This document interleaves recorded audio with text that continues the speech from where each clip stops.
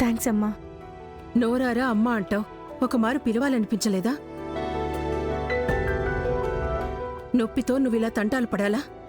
నోరారా అమ్మ అంటావుగా. సారీ అమ్మా. అన్నానని బాధగా ఉందా?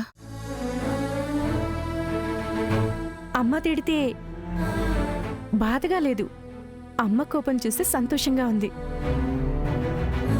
అమ్మ ప్రేమ ఒకటే కాదు, కోపం కూడా అంతే.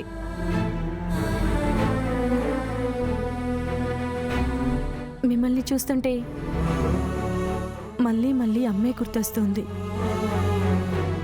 నువ్వు దేవతవి కదమ్మా. Thank you. అయ్యయ్యో, నాకెందుకు థ్యాంక్స్ చెప్తున్నారు? నా బిడ్డ ప్రాణం కాపాడినందుకు. అందులో ఏముందమ్మా? అంతా ఉంది. వాడిలో నా ప్రాణమే ఉంది. నువ్వు వాడితో పాటు నన్ను కాపాడావు. అమ్మా,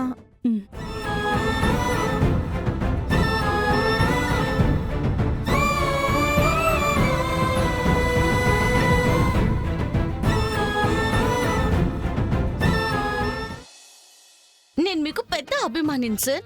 ఆ రోజు నుంచి ఈ రోజు వరకు కనురెబ్బ దాటనివ్వకుండా చూసుకుంటాను సార్ అంట. అది విని నేను నవ్వుకుంటున్నారు. చెప్తా మీ సంగతి. నా చేతికి చిక్కండి. ఉడికించడం అంటే ఏంటో నేను మీకు చూపిస్తాను. ఉడికించడానికి ఇంకో పేరు నిధి. అందరు అమ్మాయిలు ఇలాగే ఉంటారా, లేక నేనే అలా అనుకుంటున్నానా?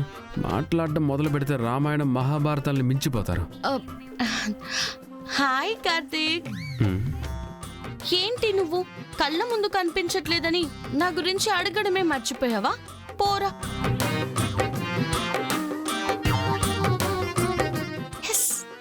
ఉడుకుంటున్నారు. తను పండించి కొంచెం గుంటూరు కారం రాస్తే తనను చూసి సిగ్గుపడతారా? చెప్తాం మీ సంగతి. కార్తీక్ అని పిలిచి మీకెలా కారం రుచి చూపిస్తానో చూడండి. ఏం చేద్దాం? నేను నిన్ను ఎంత మిస్ అవుతున్నానో నీకు తెలుసా? ఎంతంటే ఎంత. మళ్ళీ నువ్వు పంపించిన గిఫ్ట్ ఎంత బాగుందో తెలుసా బాబు? అవును, నేను నిన్ను బాబు, బుజ్జి, చిన్ను, బంగారం, కుక్క పిల్ల, పంది పిల్ల అన్నీ నువ్వే. ఈవిడ హాస్పిటల్లో డాక్టర్ అనేది కూడా మర్చిపోతుంది. జూలో ఉన్న జంతువుల పేర్లన్నీ చెప్తోంది. వీళ్ళు ఇంత ముందుకు వెళ్ళిపోయారా?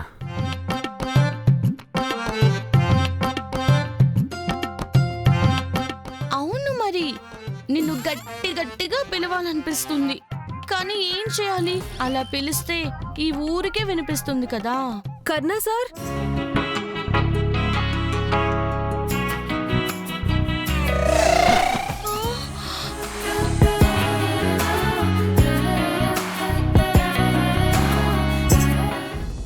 మీరు చాలా సులభంగా చెప్తున్నారు మేడం.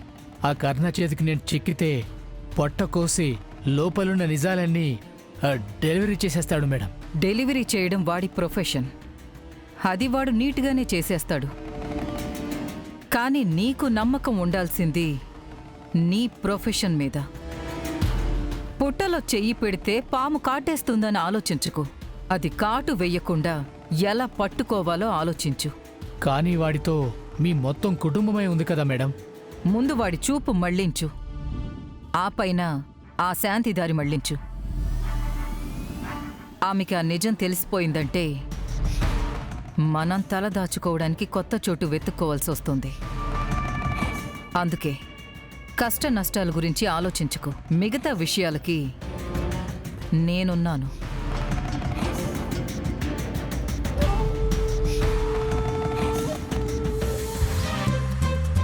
నా బాయ్ ఫ్రెండ్ ఇక్కడే ఉన్నా ఆయన పేరు చెప్పడానికి నేను ఆలోచిస్తుంటే ఈవిడ గారు నా బాయ్ ఫ్రెండ్ పేరు ఊరికి వినిపించేలా అరుస్తుంది. నిన్ను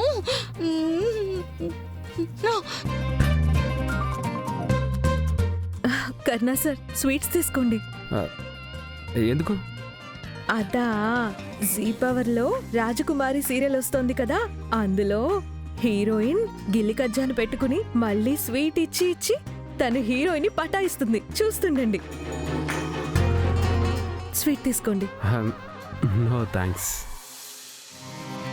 నాకు అదంతా తెలియదు, మీరు తినాలి. తీసుకోండి.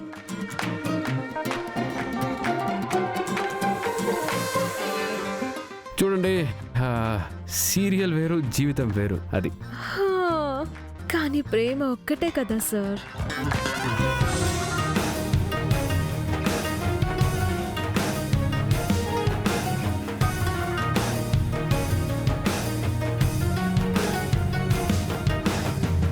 ఓయ్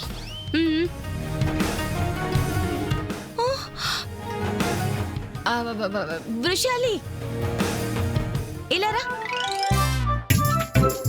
మీరా? ఏంటి విషయం? చేతిలో కర్ర కూడా పట్టుకున్నారు. మీ అమ్మ అప్పటి నుంచి నేను పిలుస్తున్నారు, వెళ్ళి ఏంటో అడుగు. మా అమ్మ నన్ను పిలుస్తోందా? నాకు వినపడలేదే. ఆ, నీకు వినిపించలేదనే కదా నేను చెప్తున్నాను, వెళ్ళి అడుగు. స్వీట్ కావాలా? వద్దు. అయ్యా, జీ పవర్ లో రాజకుమారి అనే సీరియల్ వస్తోంది కదా, అందులో ఆగు, ఇవ్వు. మీ అమ్మ అప్పటి నుంచి పిలుస్తున్నారు, వెళ్ళి ఏంటో అడుగు. వెళ్ళు త్వరగా. సరే పోనీ. నువ్వెన్ని స్వీట్స్ ఇచ్చినా ఈ కథలో నా హీరోని నీ వంక తెరే కూడా చూడనివ్వను.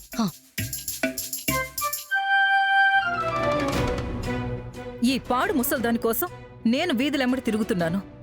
మా అమ్మ ఆవిడ కొంగు పట్టుకుని తిరుగుతోంది. నా కర్మ.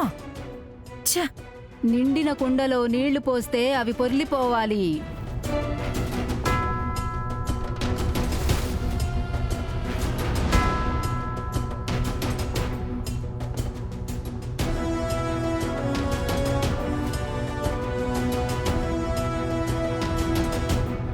ఏయ్, ఏమంటున్నావు?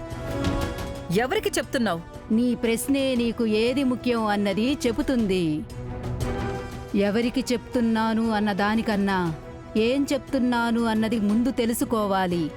నీ సోది మాటలు నాకు చెప్పొద్దు. ఏదైనా ఉంటే నాకు నేరుగా చెప్పు. నీ నడతకు తగ్గట్టుగా ఉంటుంది నీ మాట. సత్యం ఉప్పొంగే నీటిలాంటిది. రాళ్ళు బండలు దాని కిందున్నా క్రమేణా ఉబ్బికి వచ్చి తీరాలి.